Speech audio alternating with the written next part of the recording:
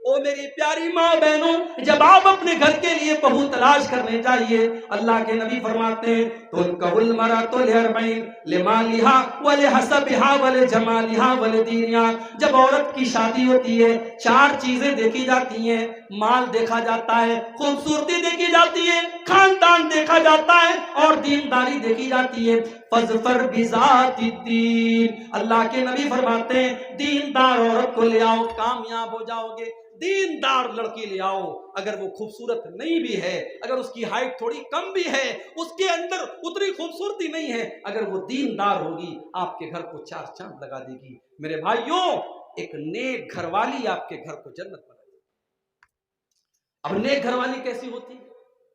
اللہ کے نبی فرماتے ہیں رحم اللہ امرأن قام من اللیل، اللہ تعالیٰ رحمت نازل فرمائے اس انسان کے اوپر جو رات میں اٹھ کر کے تہجد کی نماز پڑھتا ہے اور اپنی بیوی کو بھی اٹھاتا ہے۔ اگر بیوی انکار کرتی ہے، بیوی کے چہرے پر پانی ڈال دیتا ہے، پانی چھڑک دیتا ہے، بیوی کو اٹھاتا ہے، اور اللہ تعالیٰ رحمت نازل فرمائے اس عورت کے اوپر جو رات میں اٹھ کر کے تہجد پڑھتی ہے اور اپنے شوہر کو بھی اٹھاتی ہے، اور شوہر اگر انکار کرتا ہے اس کے چہرے پر پانی ڈالتی ہے۔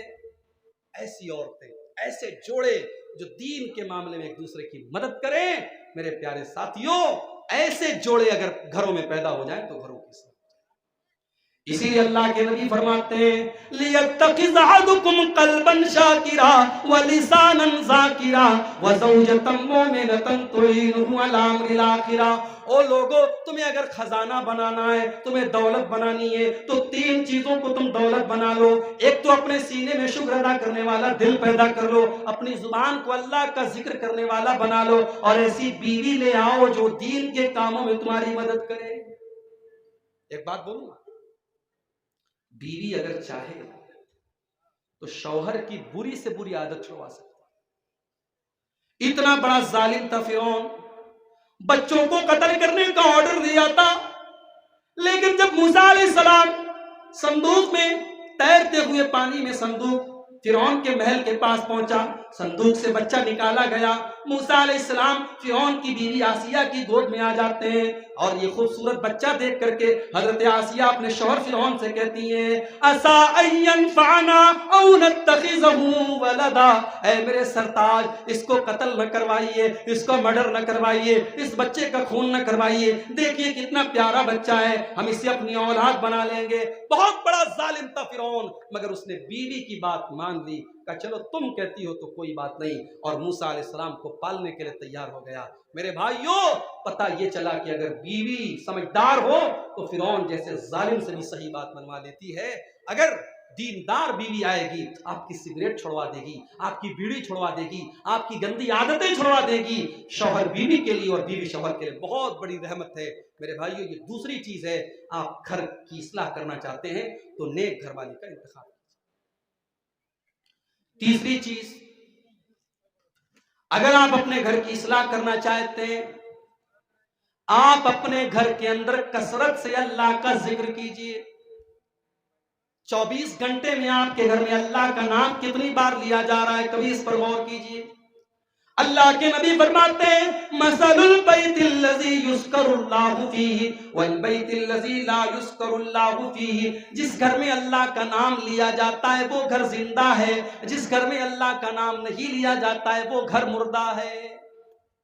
آج لوگ بولتے ہیں نا گھر میں شیطان آ گیا، جن آ گیا، سایہ آ گیا، مصیبت آ گئی۔ کیوں آ گئی بھائی؟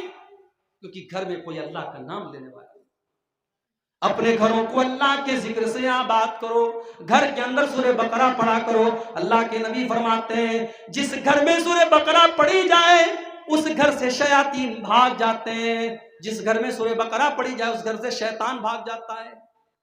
سورہ بقرہ پڑھیے، اللہ کا ذکر کیجیے۔ تو یہ تیسرا کام ہے اگر آپ گھر کی اصلاح کرنا چاہتے ہیں۔ چوتھا کام، جب آپ گھر میں انٹری کریں، گھر میں داخل ہونے کی جو دعائیں ہیں وہ پڑھ لیا کریں، جب گھر سے ایگزٹ کریں، جب گھر سے باہر نکلیں گھر سے نکلنے کی دعا پڑھ لیں۔ کوئی لمبی چوڑی دعا نہیں ہے، 2 دعائیں بتا دیتا ہوں، یاد کر لو۔ جب گھر میں انٹری کریں بسم اللہ پڑھ کے انٹری کریں، بسم اللہ پڑھ کے گھر میں داخل۔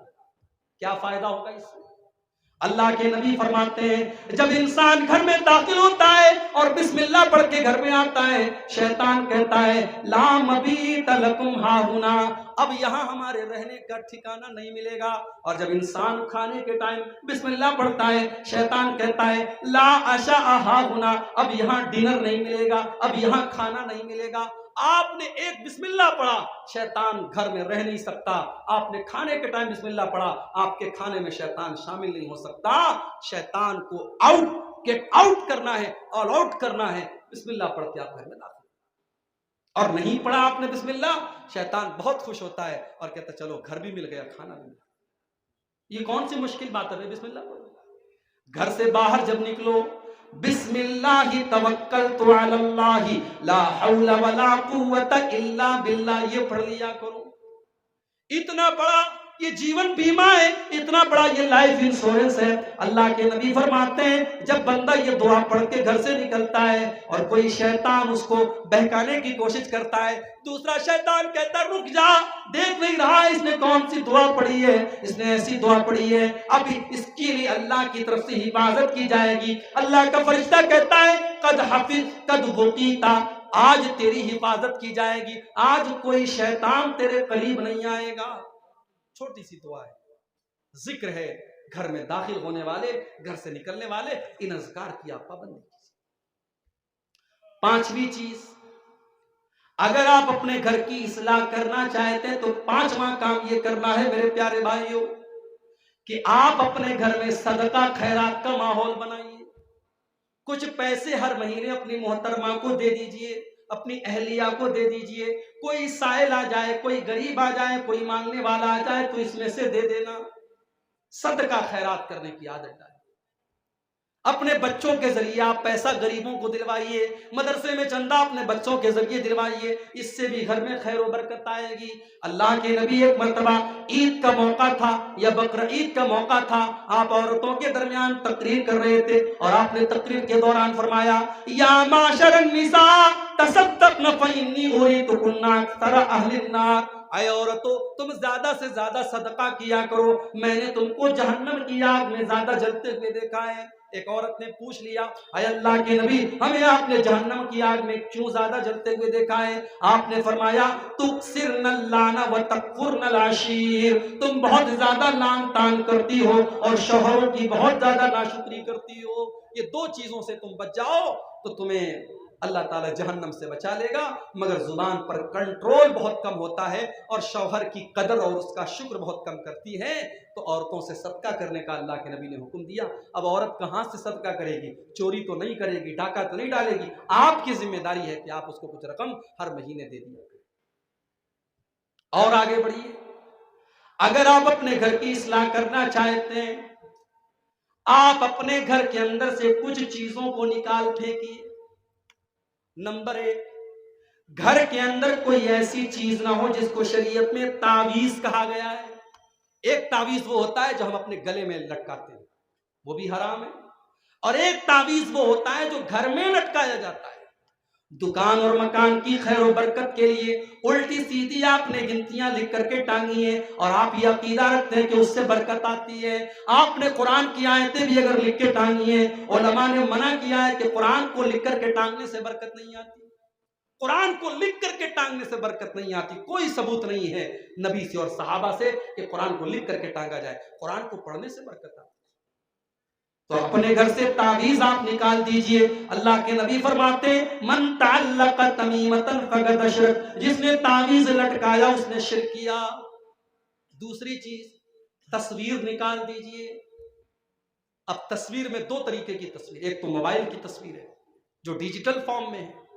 چلو ڈیجیٹل فارم میں ہے تو چلو گنجائش ہے کہ آپ نے اپنی یا اپنے بچوں کی تصویر اپنے موبائل میں رکھی ہے، اس پر بھی کچھ علماء اس کو بھی حرام کہتے ہیں، لیکن بہت سارے علماء نے یعنی اس تصویر کو جائز قرار دیا ہے جو کیمرے سے کھینچی جاتی ہے، کیونکہ وہ عکس ہوتا ہے، وہ تصویر پینٹنگ والی تصویر نہیں ہے، گنجائش اس میں بہرحال برقرار ہے۔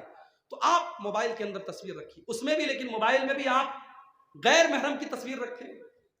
اب دیور اپنی بھابھی کی تصویر رکھے ہوئے ہیں یا بہن کی سہیلیوں کی تصویر آپ کے موبائل میں ہے، حرام ہے، ناجائز ہے، غیر محرم کی تصویر آپ نہیں رکھ سکتے۔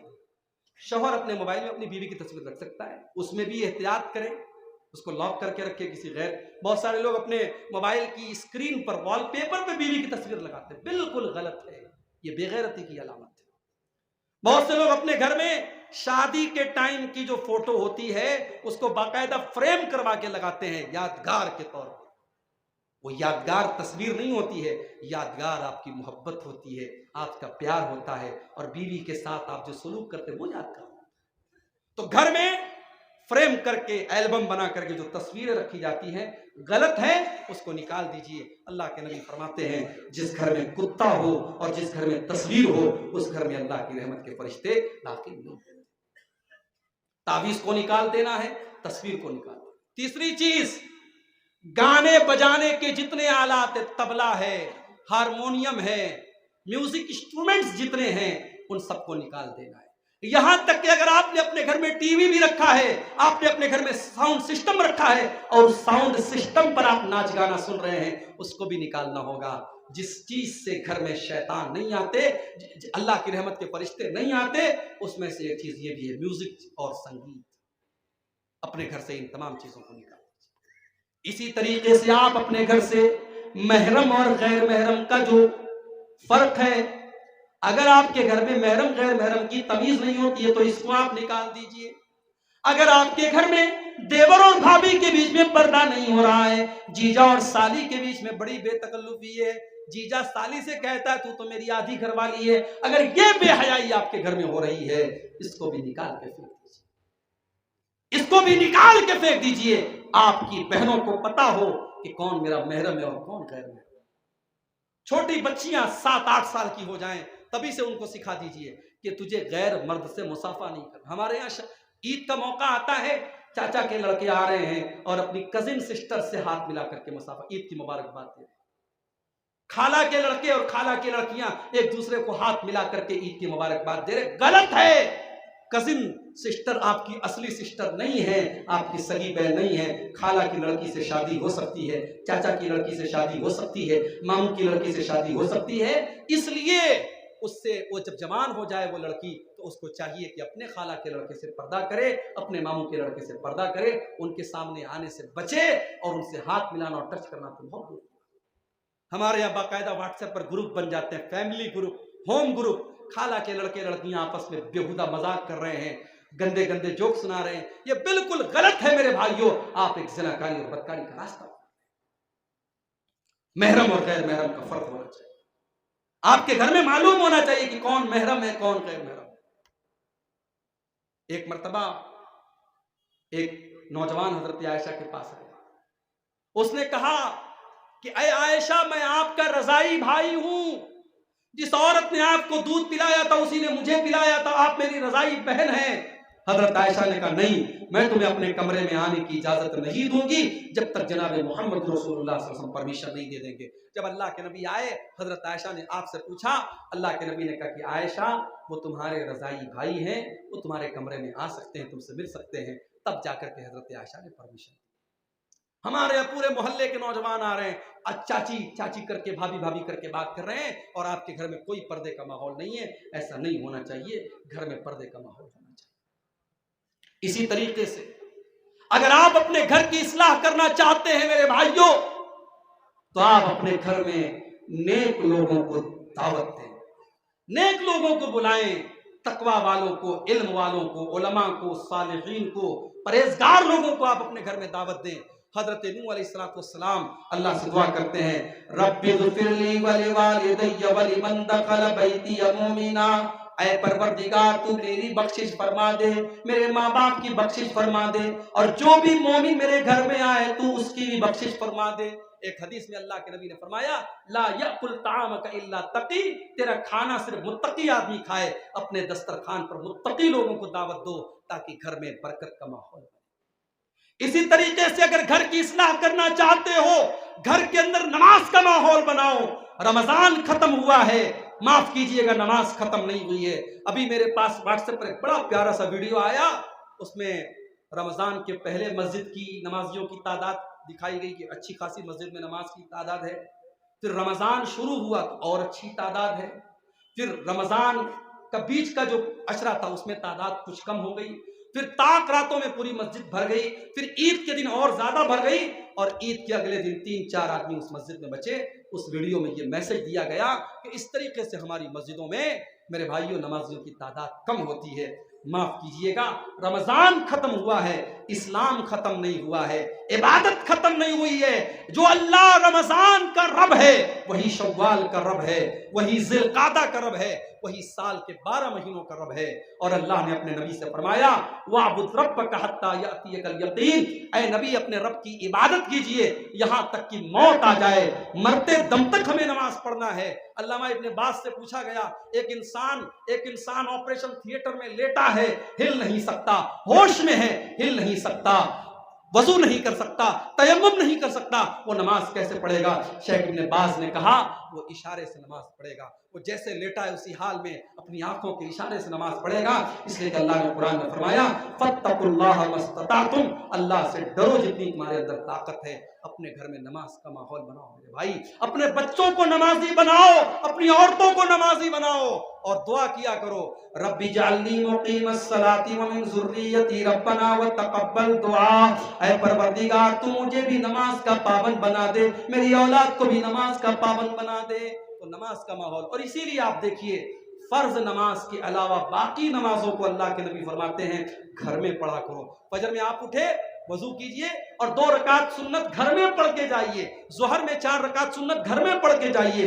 سنت نمازوں کو گھر میں پڑھنا افضل ہے فرض نماز کے علاوہ۔ اللہ کے نبی نے یہ تاکید کی ہے تاکہ گھر میں برکت کا ماحول ہو۔ اور آخری چیز بیان کر کے ہم بات ختم کریں گے، اگر آپ اپنے گھر کی اصلاح کرنا چاہتے ہیں، گھر والوں کے لیے کچھ دعائیں سکھائی گئی ہیں، ان دعاؤں کو یاد کر لیں۔ ایک بڑی پیاری دعا اللہ نے قرآن کے 19ویں پارے میں سکھائی ہے۔ اللہ کے نیک بندے دعا کرتے ہیں ربنا حب لنا من ازواجنا وذریاتنا قرۃ اعین، پروردگار ہمارے بیوی بچوں کو ہماری آنکھوں کی ٹھنڈک بنا دے، وجعلنا للمتقین اماما، اور اے اللہ تو ہمیں متقیوں کا امام بنا دے۔ یہ دعا آپ یاد کر لیں اور اپنے گھر والوں کے حق میں